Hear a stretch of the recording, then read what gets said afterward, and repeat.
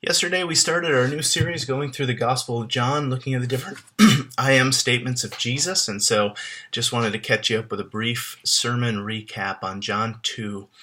Jesus' first sign or first miracle when he turns water into wine. Jesus reveals himself in this story as the Lord of the wine, the Lord of the party, the Lord of the feast, that he is the one who brings the good time. He brings the rich wine. And if you think you know how to party, that's kid stuff compared with Jesus, who brings in the messianic kingdom or reign of God, which includes a massive party. In addition to Jesus revealing himself that way, we also see that Jesus reveals himself as the true bridegroom. As he is here at this wedding, one can only think that he's also thinking about his wedding day, his wedding feast. But as we looked and explored this passage, Jesus says, "My hour has not yet come." And so in order to get to that day, in order for the bridegroom, Jesus, to pay for the wine for that particular feast, he would have to drink a different cup of wine. The wine that represented the wrath of God, the cup of the wrath and fury of God towards sin, which Jesus would do in John's gospel when his hour came, when he would drink to the dregs the full cup of the wrath of God, when he would bear in himself the penalty for our sin and our unrighteousness against God, so that he could present his bride, you and I, as pure and spotless and blameless. Jesus is offering us in this language an experience with him, a relationship with him that is so intimate so as to best be described by pointing to a husband and wife relationship. And the way in which we apply this to ourselves, the way in which we actually receive his grace and his kindness is very indicative in the story. You have to admit that you're out of wine and take all the credit for his provision.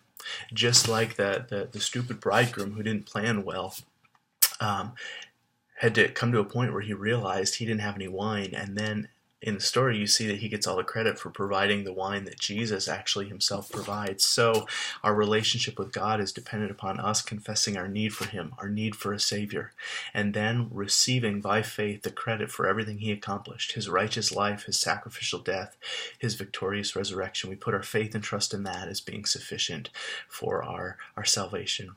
A couple just kind of key takeaways for people. One was that we would believe the gospel and receive Jesus as the true bridegroom in relationship with him. Second, that as Christians, we would not think that fun happens outside of God's plans and purposes, but that actually through obedience to him and embracing him, we find life as it's truly meant to be lived, meaning that we ought to party. We ought to throw the best parties as we anticipate the party to end all parties, the great wedding feast of the Lamb. And then finally, it helps us to understand marriage in its proper context, that though it is good and sweet and great, it is but a signpost, an icon pointing to something deeper and more mysterious and more grand and glorious. So that if you're single and so longing to find that person to complete you, that person won't ever complete you in the way that Jesus does. That even the best of marriages, even if you're married, only points you to something deeper, the relationship that you long to have with your Creator and the intimacy offered there. And so it both honors marriage as pointing to something greater, but then also demysticizes it in that it will not ultimately fulfill us. So if you missed it, hope that's helpful. I would encourage you to go back and listen to the whole thing. It was really enjoyable to preach this sermon. And then also as a heads up, I'm not going to be preaching for the next 3 weeks.